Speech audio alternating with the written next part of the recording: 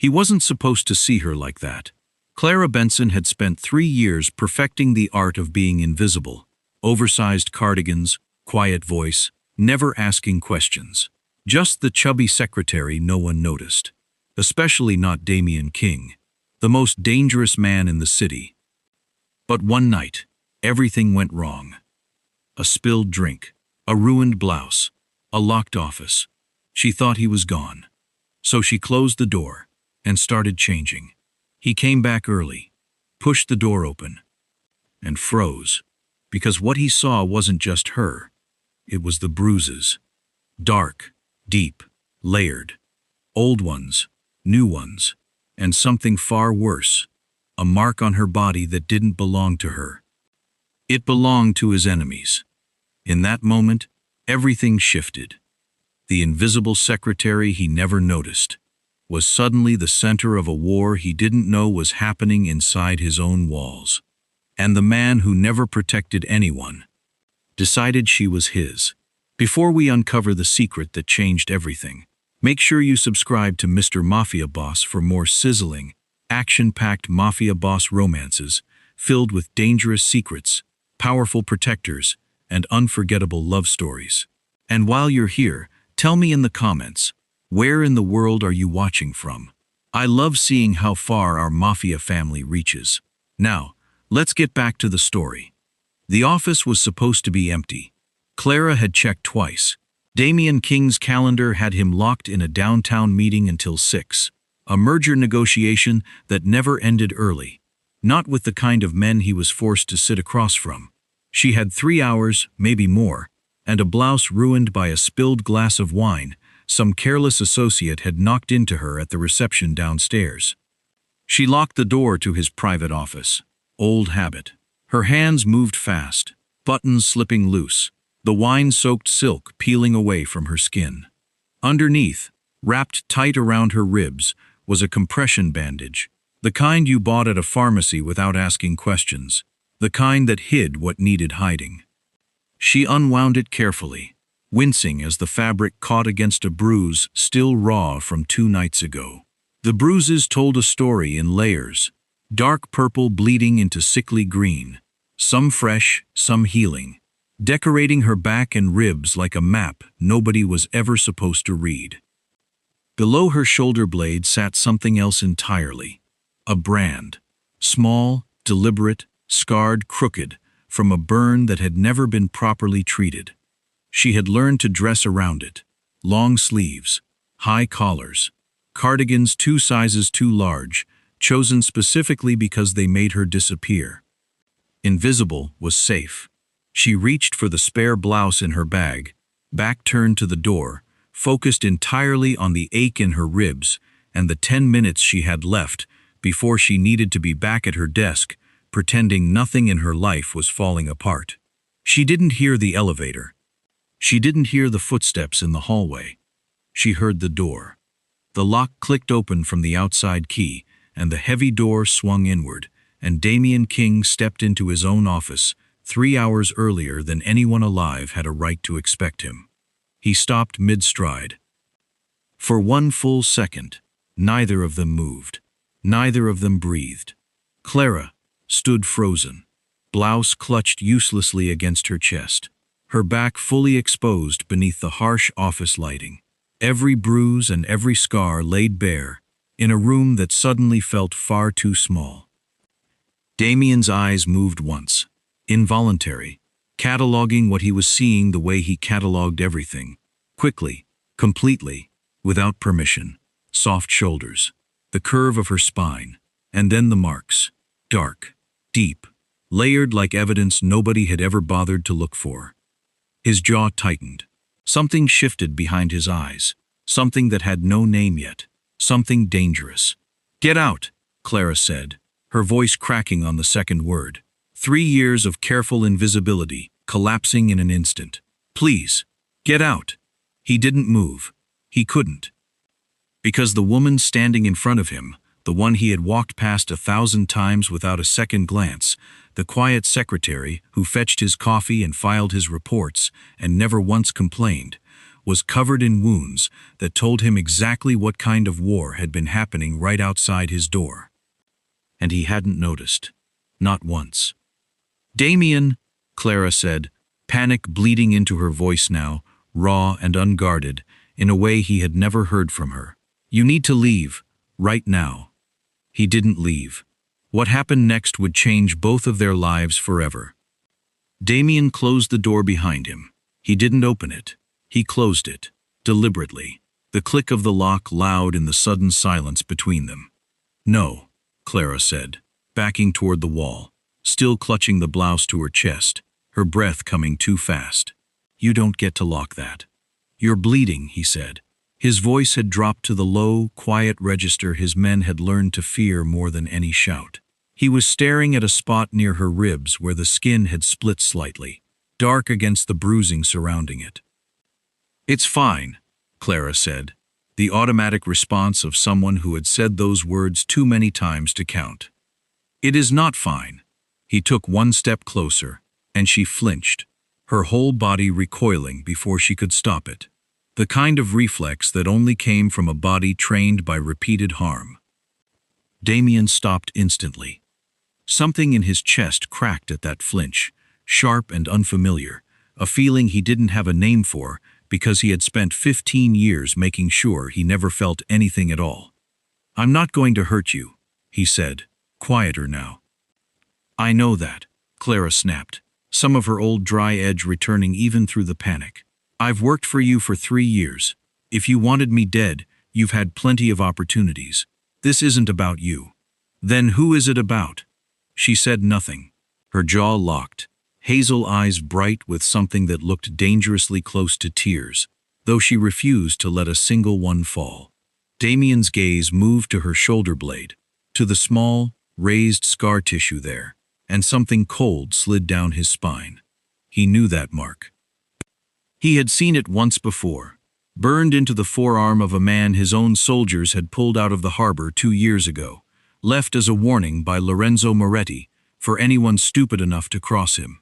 "That's a Moretti brand," Damien said, his voice flat now, stripped of everything except the calculation running behind his eyes. Clara's face went pale. "Damien." "How long?" he said. "It doesn't matter." "How long have you been carrying that mark?" he said again, each word landing with deliberate, terrible weight. "In my building. Outside my door, 12 hours a day, 6 days a week, sitting 10 feet from my office." Clara pulled the blouse tighter against her chest, her hands trembling now, the adrenaline of the moment finally catching up to her. "You need to let me get dressed." "I need answers. You need to leave the room," she said, some steel returning to her voice despite the tremor underneath it. "So I can put clothes on, and then we can discuss whatever you think you saw." "I know what I saw." His voice hadn't risen once through the entire exchange, and somehow that made it worse. The flat, controlled fury of a man who had built an empire on never losing his composure, now standing 3 feet from a truth that had apparently been hiding in plain sight for months. "Bruises, old and new. A brand from my enemy's organization. On the body of the woman who sits outside my office every single day. It's not what you think." "Then tell me what it is." Clara's mouth opened, then closed.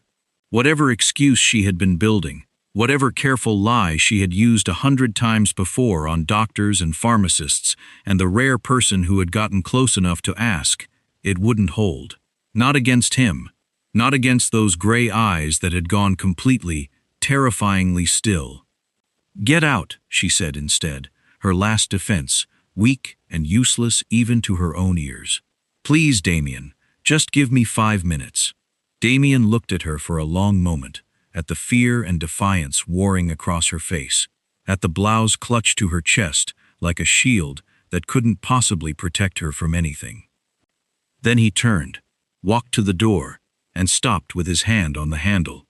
5 minutes, he said without turning around, "and then you're going to tell me everything. Because whatever this is, whoever did this to you, it just became my problem." He stepped out and closed the door softly behind him.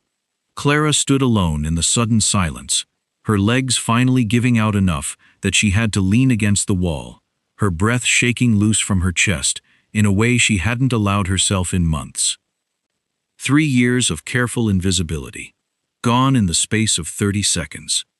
And on the other side of that door, the most dangerous man in the city was waiting. And for the first time since this nightmare had started, Clara had absolutely no idea what to do. 5 minutes turned into 8 before Clara finally opened the door. She had changed into the spare blouse, buttoned high enough to hide everything, her cardigan pulled back on over it, despite the warmth of the office. Her hands had stopped shaking, mostly. Her face had settled back into the careful neutrality she had spent 3 years perfecting. Damien was waiting behind his desk, not sitting, standing with his arms crossed, his gray eyes tracking her every movement as she stepped back into the room. "Sit down," he said. "I have work to finish." "Sit down, Clara." It was the first time he had used her name like that, not as an address across a room, not as a summons through a closed door, but low and direct, meant only for her. She sat. "I want a name," Damien said, coming around the desk to lean against the front edge of it, close enough that she had to tilt her head up to meet his eyes. "Whoever put those marks on you, I want a name, and I want it now. It's complicated."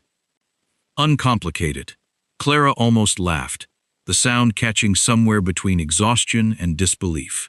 "You think this is something you can just fix by breaking someone's kneecaps? That's usually where I start. Yes."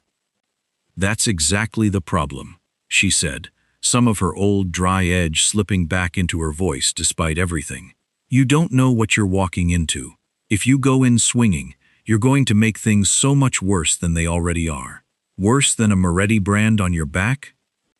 Clara flinched slightly at the directness of it, but held his gaze. "Yes, worse. Because right now, the people hurting me think they're winning. They think I'm scared, and compliant, and exactly where they want me. The second you get involved, that changes, and the people who pay the price for that change won't be me." Damien's jaw tightened. "Who else? I can't tell you that. Clara, I can't." Her voice cracked slightly on the word, the first real crack in her composure since she had walked back into the room. "Please, you need to trust me on this one thing. Let me handle it." "You're asking me to trust you," Damien said, his voice quiet and dangerous, "while you're sitting there covered in bruises that tell me you haven't been able to handle it. Not for a while." That landed. Clara's eyes dropped to her lap, her fingers twisting together, and for a moment, Damien saw past the sarcasm, past the careful walls, to something exhausted and frightened underneath. "I've been managing," she said quietly. "That's not the same as handling it. It's the best I've got." Damien studied her for a long moment, something working behind his eyes that Clara couldn't quite read.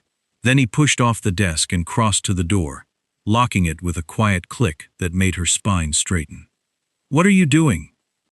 "Making sure nobody interrupts this conversation," he said, "because you and I are going to sit here until you tell me what's happening in my own building, under my own roof, to a woman who has worked for me for 3 years without a single complaint. And we're not leaving until I have that name." "You can't lock me in your office, Damien." "I just did." Clara stared at him, torn between fury and something else entirely, something warm and unfamiliar that she absolutely did not have time to examine right now. "This is insane." "Probably. You don't even like me. You've never once asked me a personal question in 3 years.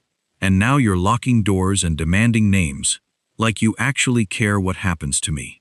Something flickered across Damien's face, quick and unreadable. "Maybe I should have asked sooner." The words hung in the air between them, heavier than either of them expected. Clara looked away first, blinking hard against the sudden, unwelcome sting behind her eyes. "You don't get to do that," she said quietly. "Do what?" "Pretend like you suddenly care. Not after 3 years of walking past my desk like I was part of the furniture."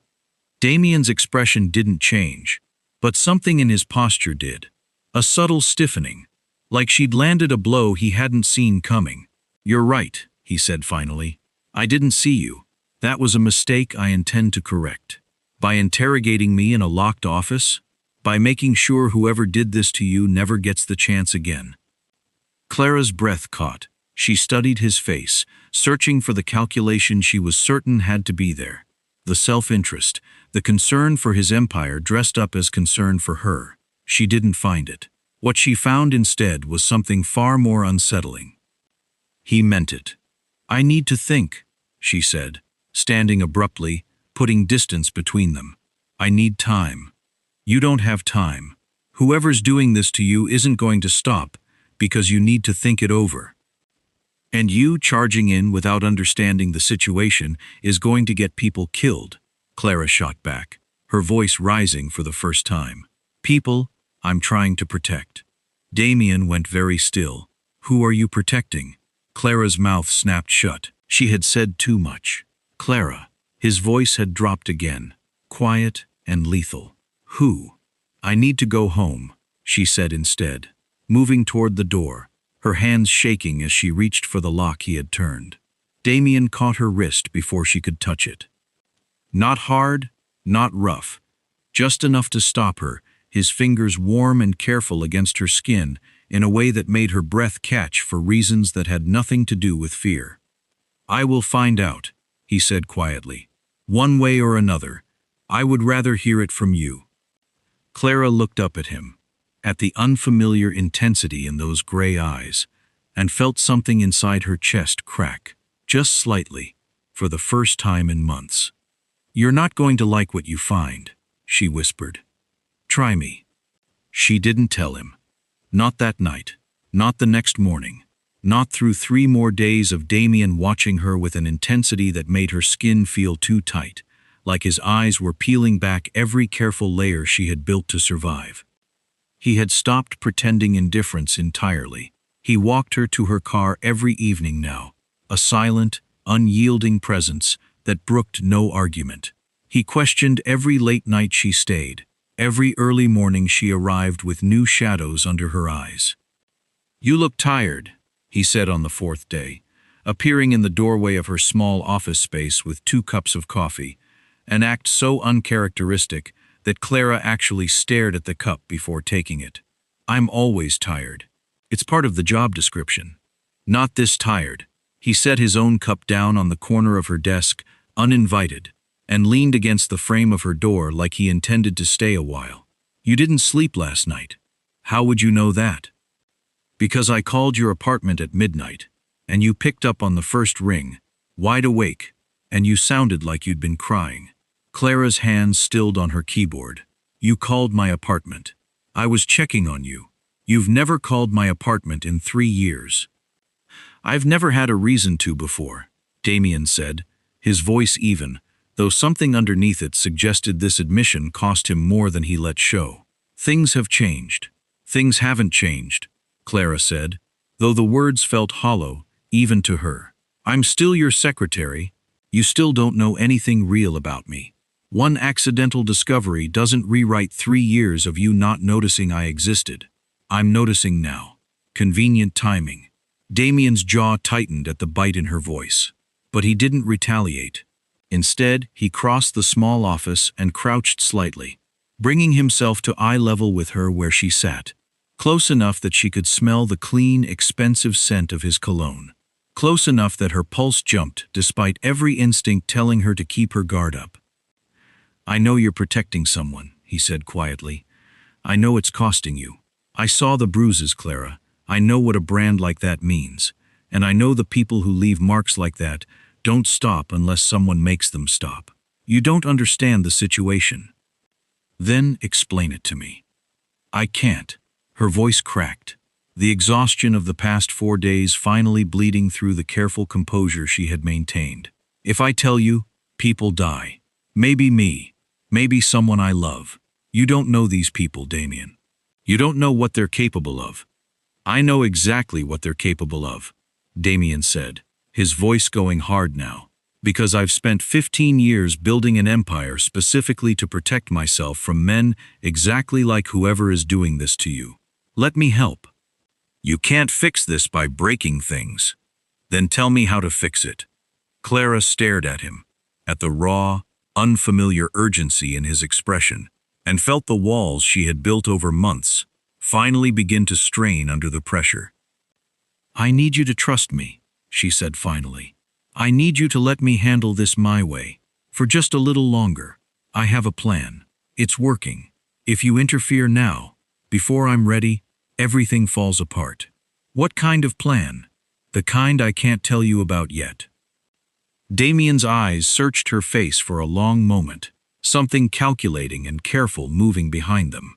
"You're not just a victim in this, are you?" he said slowly, the realization dawning across his features like a shifting tide. "You're doing something, actively." Clara's breath caught. She said nothing, which was, in itself, an answer. "Clara." His voice had gone soft now, almost reverent, the tone of a man recalculating everything he thought he understood about the world. "What have you been doing?" "I can't tell you," she whispered. "Not yet, please."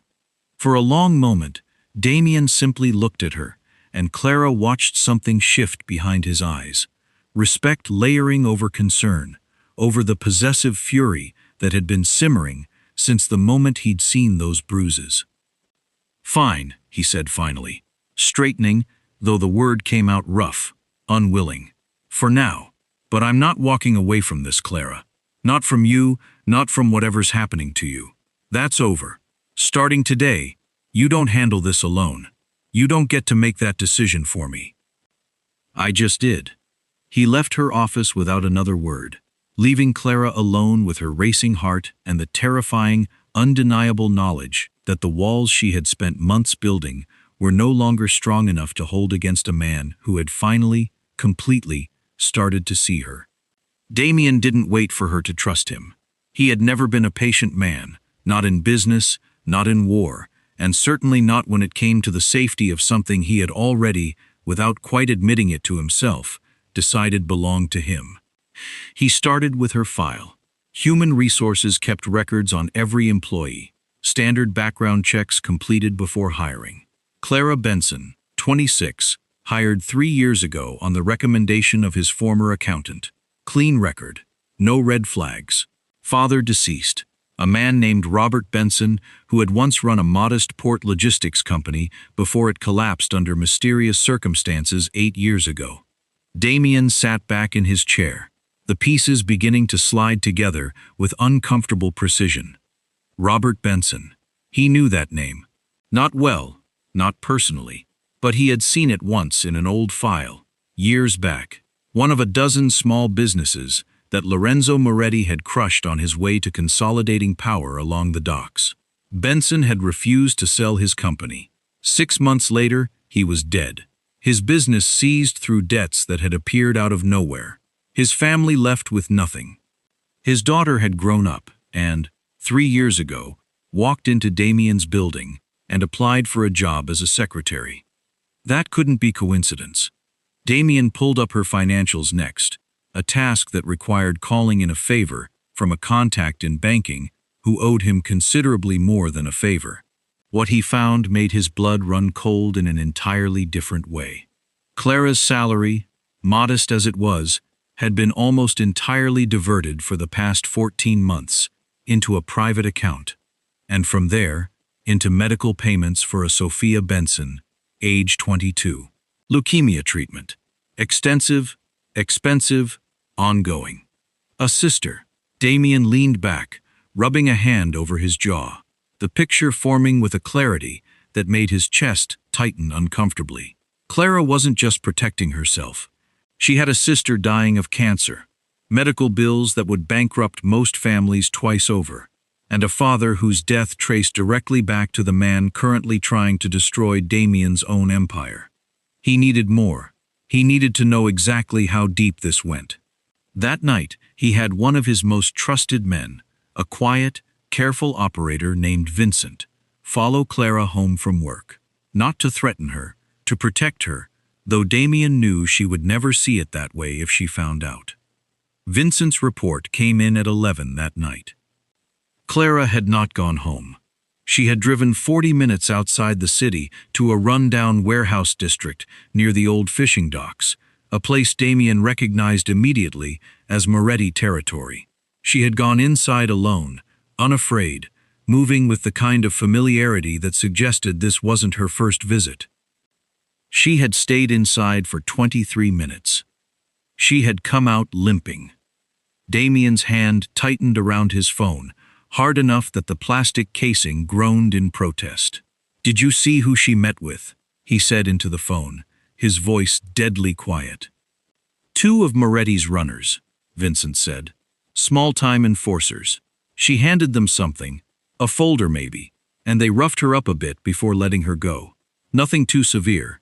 Looked routine, boss. Like this has happened before." Routine. The word sat like acid in Damien's stomach. "Did you see what was in the folder?" "No, but I grabbed something else." A pause, papers shuffling on the other end of the line. One of the runners dropped a copy on the ground when they left. Shipping manifests. Newark route, dated for next week. Damien's blood went cold. "Read me the numbers."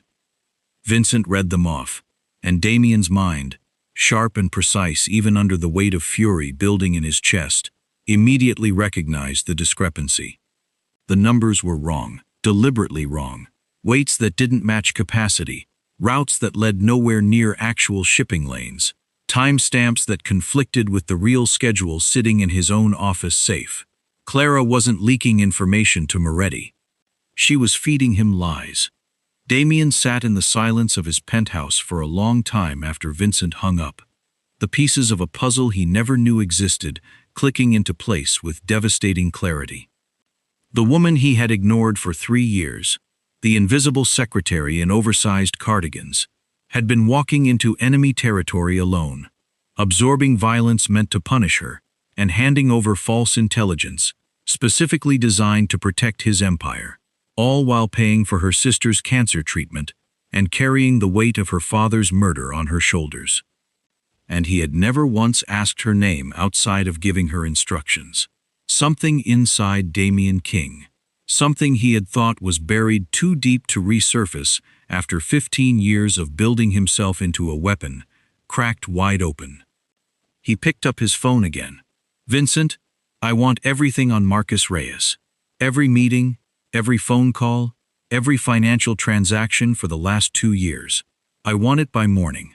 "Marcus? Boss, he's your second. He's been with you since—" "I know exactly how long he's been with me," Damien said, his voice dropping into the register that made grown men reconsider their life choices. "That's exactly why I need to know everything. Now."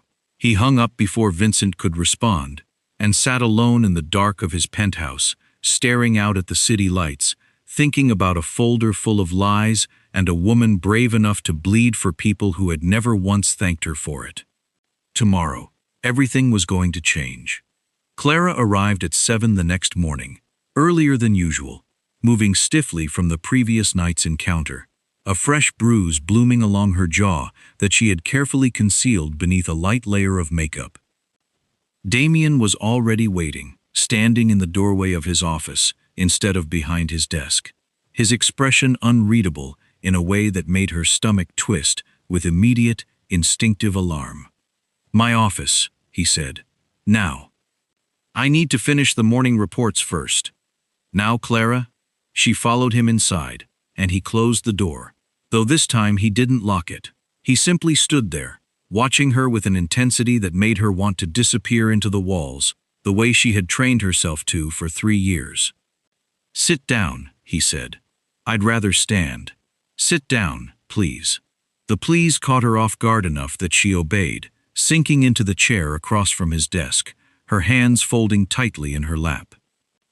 Damien didn't sit.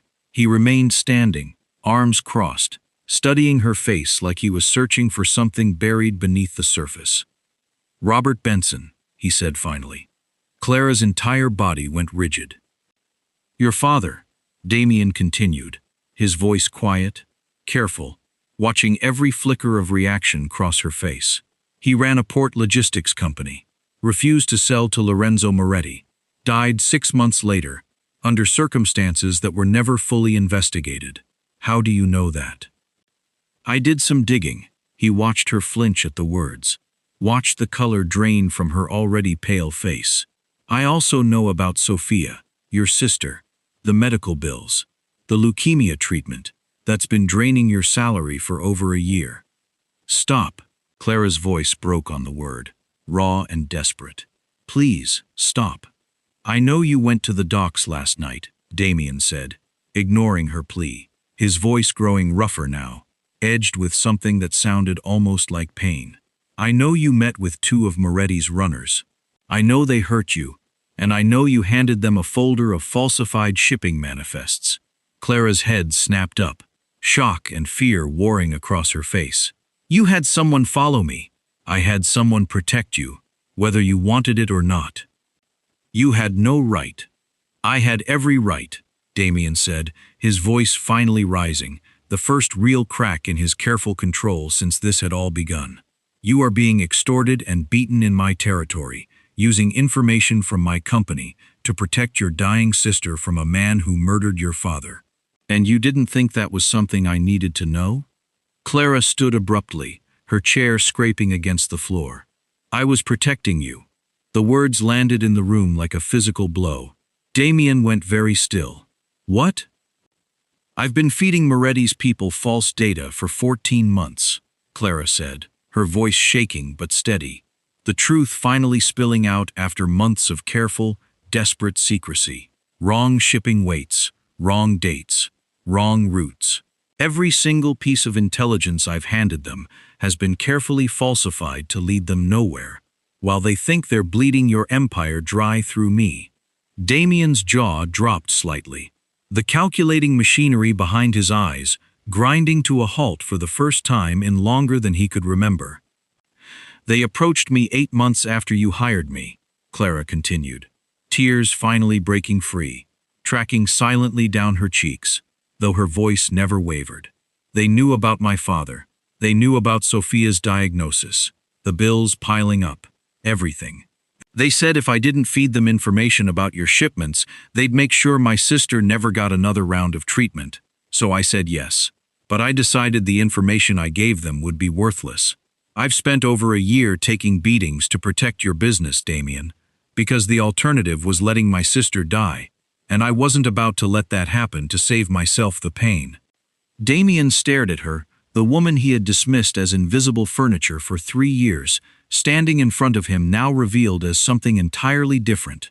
A strategist, a protector, a woman who had absorbed violence and heartbreak in equal measure to shield both her family and an empire that had never once acknowledged her existence.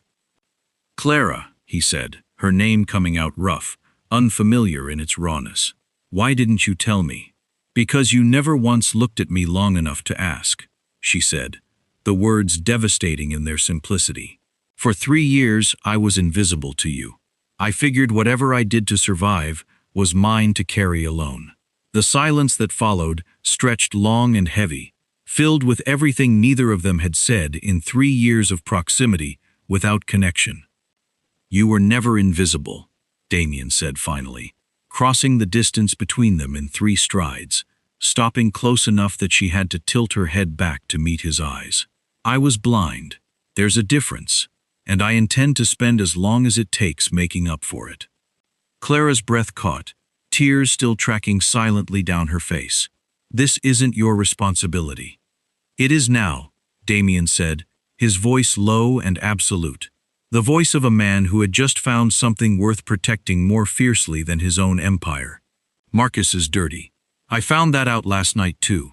He's been feeding Moretti information for years, probably since before you were even hired, which means your father's death and everything that's happened to you traces back into my own organization. Clara's eyes widened. Marcus, you're second in command. My second in command, Damien confirmed, fury bleeding into his voice now, cold and absolute, who has apparently been working against me from the inside for longer than I care to calculate. You've been fighting a war on 2 fronts, Clara, alone, and bleeding for it, while the man I trusted most has been helping the enemy the entire time. Clara sank back into the chair, the weight of months finally catching up to her all at once. What happens now? Damien crouched in front of her, bringing himself to her eye level, his hands finding hers where they trembled in her lap. "Now," he said quietly, "you stop fighting this war alone. Now I finish what you started. And now, whoever put those marks on your body answers for it, permanently."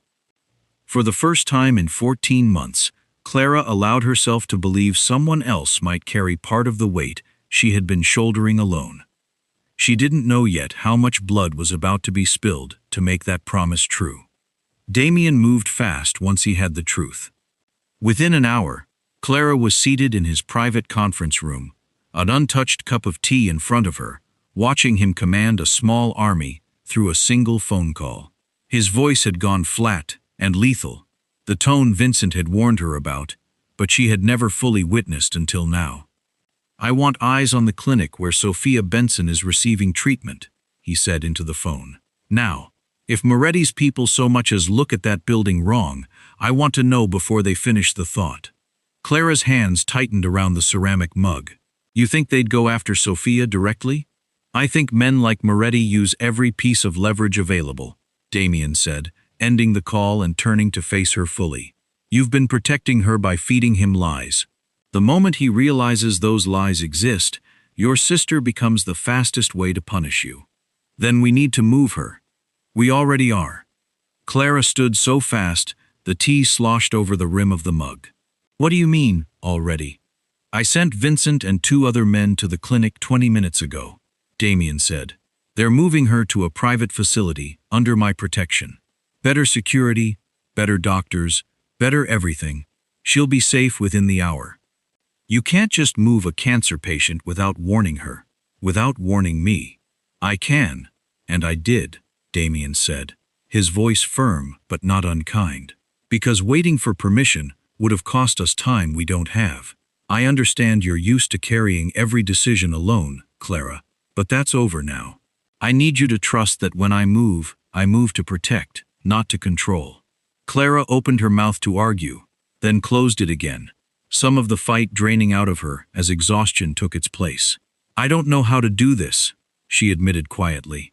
"I don't know how to let someone else carry part of this." "Then let me teach you," Damien said, closing the distance between them, his hand coming up to rest gently against her cheek, careful and unfamiliar in its tenderness. "Starting today." The call came 40 minutes later. Vincent's voice, tight with tension, filled the room through the speakerphone. "We've got her, boss. She's safe. But it was close. 2 of Moretti's men showed up at the clinic right as we were leaving. If we'd been 10 minutes later." "But you weren't," Damien said. "Bring her to the penthouse. I want her somewhere I can guarantee security personally." When the call ended, Clara's legs finally gave out, and she sank into the nearest chair, her whole body shaking with the release of tension she hadn't realized she'd been carrying every single day for 14 months. "She's safe," she whispered, almost to herself, testing the words like she didn't quite believe them. "She's safe," Damien confirmed. An hour later, when the private elevator opened into Damien's penthouse and Clara saw her sister step out, pale and thin from treatment, but very much alive, very much unharmed, something inside her that had been holding rigid for over a year finally broke. She crossed the room in 3 steps and pulled Sophia into her arms, sobbing into her sister's shoulder with a force that startled them both, months of fear and exhaustion pouring out all at once. "I've got you," Sophia murmured, though it was Clara who was supposed to be the strong one. Clara who had spent over a year absorbing beatings to keep this exact moment possible. "I've got you, Clara.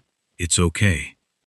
Damien stood back, watching the 2 sisters cling to each other, something tight and unfamiliar building in his own chest at the sight. He had spent 15 years believing he had no room left for softness, that the empire he'd built required every ounce of his humanity be surrendered in exchange for power. Watching Clara break apart with relief in his own living room, he understood, with startling clarity, exactly how wrong he had been. When Clara finally turned to him, her face streaked with tears, something had shifted in her expression, the careful walls finally, completely down. She crossed the room without hesitation and wrapped her arms around him, burying her face against his chest the way she had just done with her sister, seeking comfort from the man she had spent 3 years believing didn't see her at all. Damien's arms came around her automatically, one hand splaying against her back, careful of the bruises still healing beneath her blouse, holding her like something precious he had almost lost without ever knowing it was his to lose. "Thank you," she whispered against his shirt. "Don't thank me yet," he said quietly, his chin resting against the top of her head. "This isn't over. Moretti knows his men failed. Marcus knows I'm onto him. Things are about to get worse before they get better. I know. But you're not facing any of it alone anymore," Damien said, pulling back just enough to look down at her face. "That part is over, permanently." Clara looked up at him, hazel eyes still wet with tears, and for the first time in 14 months, she let herself believe him completely. Damien called the meeting for 6 that evening. Every captain in his organization filed into the boardroom, 12 men who ran the various arms of his empire, all of them aware that an emergency summons this late in the day meant something serious had happened. Marcus Reyes arrived last, as he always did, projecting the same easy confidence he had cultivated over 8 years as Damien's second in command. He took his usual seat at Damien's right hand without hesitation. Clara stood near the door, no longer hidden behind an oversized cardigan. She wore a fitted charcoal dress that Damien had insisted on, simple and elegant, nothing that hid the confident set of her shoulders or the sharp intelligence in her eyes. The transformation wasn't just physical. Something in the way she held herself had changed entirely since that morning. "We have a problem," Damien said, once every seat was filled, his voice carrying easily across the silent room. "Someone in this organization has been feeding information to Lorenzo Moretti for over 2 years." The room went utterly still. Marcus's expression didn't shift, but Clara, watching carefully from her position by the door, saw the subtle tightening around his eyes.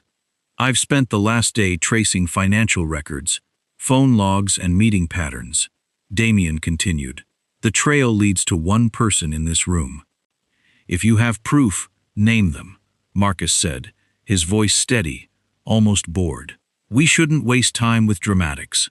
"Funny you should say that," Damien said, "because the proof leads directly to you." The room erupted into murmurs before Damien raised a hand for silence. "8 years ago, you helped facilitate the destruction of Robert Benson's port company," Damien said, his eyes never leaving Marcus's face. "You fed Moretti the information he needed to seize Benson's contracts and drive him into debts that led to his death. And for the last 14 months, you've been protecting the same arrangement, allowing Moretti's men to extort and beat Benson's daughter in exchange for falsified intelligence you believed was real. This is absurd," Marcus said, standing now, his composure finally cracking at the edges.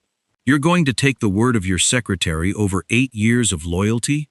I'm going to take the word of financial records that trace 6 separate payments from Moretti's accounts directly into an offshore account under your wife's maiden name," Damien said, sliding a folder across the table. "Feel free to explain those away." Marcus's face went pale as he stared at the documents. "You've been sending my enemy real intelligence for 2 years, while I trusted you with my entire operation," Damien continued, his voice dropping into something cold and final. "And when Clara Benson started feeding Moretti false data to protect her sister, you knew. You knew, and you let her take the beatings for it, because it kept your own betrayal hidden.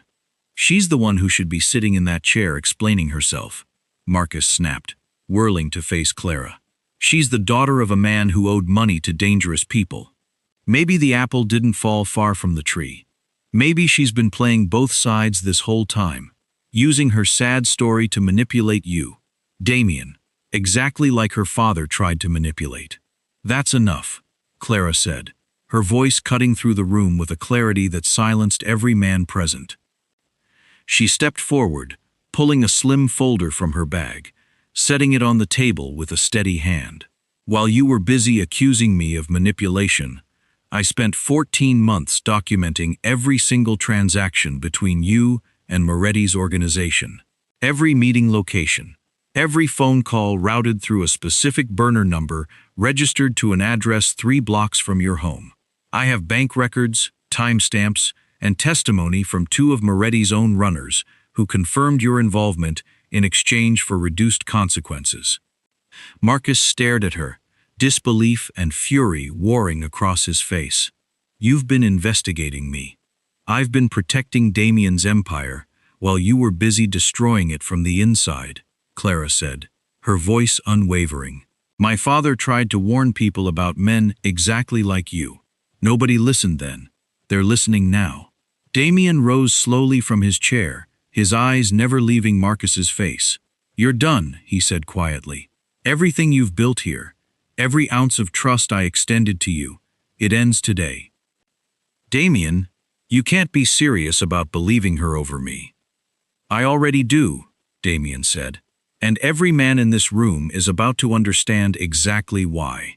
He nodded once toward the door, and 2 of his most trusted enforcers stepped inside, flanking Marcus's chair. This isn't over, Marcus said, backing away as the men closed in. Moretti still has resources. He still has people. You think exposing me changes anything? No, Damien said, his voice carrying the absolute finality of a man who had already planned 3 steps ahead. But it changes the odds significantly in my favor. Take him. As Marcus was escorted from the room, still shouting protests that fell on entirely unsympathetic ears, Damien turned to face the remaining captains, his expression hard as granite. Effective immediately. Clara Benson has my complete trust and authority in this organization, he said. Anyone who has a problem with that arrangement is welcome to follow Marcus out that door. Nobody moved. Clara stood at Damien's side, her chin lifted, meeting the eyes of every dangerous man in that room without flinching, and for the first time in her entire life, she felt something other than fear standing in a room full of powerful men. She felt seen. She felt powerful. And she knew, without a doubt, that the war was far from finished. But for the first time in 14 months, she wasn't facing it alone. With Marcus removed and his network of lies exposed, Damien moved against Lorenzo Moretti with the precision of a man who had waited years for exactly this opportunity. The false shipping data Clara had been feeding Moretti's runners for 14 months, information she had carefully engineered to look valuable while leading nowhere, became the perfect weapon in Damien's hands. He simply had to make one final adjustment. The next shipment you tell them about, Damien said, spreading a map across his desk, while Clara watched from the chair beside him, no longer standing at a respectful distance, but sitting as an equal. Make it real. Real enough to matter, real enough that Moretti sends his own people to intercept it personally. You want to bait him. I want to end this, Damien said, permanently. Moretti has spent years hiding behind runners and intermediaries. I want him exposed, in the open. Somewhere the authorities I've already paid off will be waiting. Clara studied the map for a long moment, her sharp mind already calculating angles Damien hadn't considered. If we route it through the old Riverside dock instead of Newark, she said, pointing to a location on the map, it looks like a smaller, easier target. Moretti's been trying to expand into that territory for months. He won't be able to resist coming himself to claim it. Damien looked at her with something between admiration and disbelief. You've been studying his expansion patterns. I've been studying everything about him for 14 months, Clara said. It's amazing what you learn when you're forced to memorize every detail of the man extorting you. The plan executed 3 days later with the same quiet precision Damien brought to everything he touched. Lorenzo Moretti, confident and greedy, arrived personally at the Riverside dock to oversee what he believed was a significant seizure of King Syndicate product. Instead, he found federal agents, tipped off weeks in advance through channels Damien had cultivated for exactly this kind of opportunity, waiting with a warrant that had been building for years on charges that finally had enough evidence behind them to stick. Moretti was arrested that night, along with 6 of his top lieutenants, the empire he had built through fear and violence collapsing in the span of a single evening. Clara watched the news coverage from Damien's penthouse, Sophia resting comfortably in the guest room down the hall, finally receiving treatment without the shadow of extortion hanging over every appointment. "It's really over," she said quietly, watching footage of Moretti being led away in handcuffs. "That part is over," Damien said, settling onto the couch beside her, close enough that his arm rested naturally along the back of the cushions behind her shoulders. "But there's something else I need to show you." He handed her a thick manila envelope. Clara opened it slowly, her breath catching as she recognized the documents inside. Port deeds, her father's original business licenses, records that had been buried in city archives for 8 years, records that had been altered and stolen when Moretti destroyed Robert Benson's company. "How did you get these?" "I have people who specialize in making bureaucracy move quickly when properly motivated," Damien said. "Your father's company was seized illegally. The deeds were never legally transferred, which means technically they still belong to his estate." "Damien," Clara's voice broke slightly as she flipped through the pages, seeing her father's name restored to documents that had been stripped from him nearly a decade ago. "It's yours," Damien said simply, "and Sophia's. Your father's name is cleared in every city record. The debts that were falsely attributed to his company have been dissolved. As far as the world is concerned now, Robert Benson was exactly what he always was, an honest man destroyed by dangerous people who have finally faced consequences." Clara set the papers down carefully on the coffee table, tears sliding freely down her face now, not from fear or exhaustion this time, but from something she hadn't felt in longer than she could remember. Relief, vindication, peace. "Thank you," she whispered. "Don't thank me," Damien said, his hand coming up to gently brush the tears from her cheek. "You did this, Clara. Every piece of it. I just had the resources to finish what your courage started." She turned into his touch, her hand coming up to cover his where it rested against her face. "We did this," she corrected softly. "Together." Something shifted in Damien's expression, warm and unguarded in a way she had never seen from him before, and when he leaned down to kiss her, slow and careful, it felt less like the beginning of something new, and more like the natural conclusion of everything that had already been building between them for weeks. 3 weeks later, Clara walked into the King Syndicate offices wearing a tailored emerald dress that fit her curves with quiet confidence, her dark curls loose around her shoulders instead of pulled back into the tight clip she had worn for 3 years. The desk outside Damien's office sat empty now, cleared of her old nameplate, her computer, the careful organization of a woman who had spent years making herself small enough to be overlooked. She walked past it without a second glance and pushed open the door to Damien's office.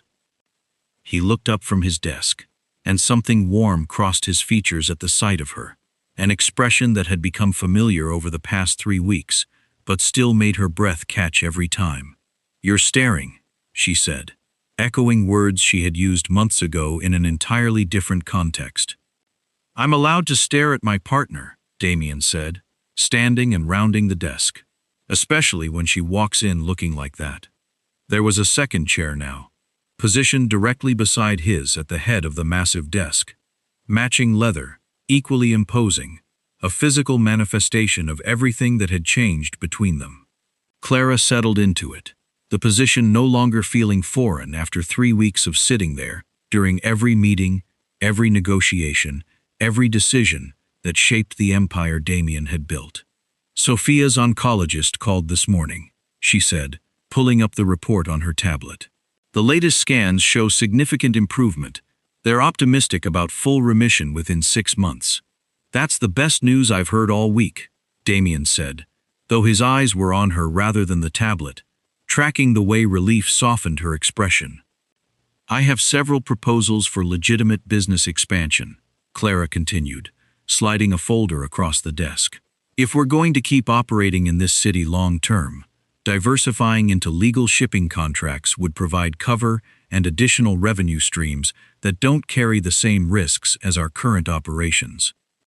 Damien took the folder, flipping through pages of meticulously researched proposals, financial projections that revealed a mind every bit as sharp as his own, perhaps sharper in ways that mattered for the future he was beginning to imagine for the first time in 15 years.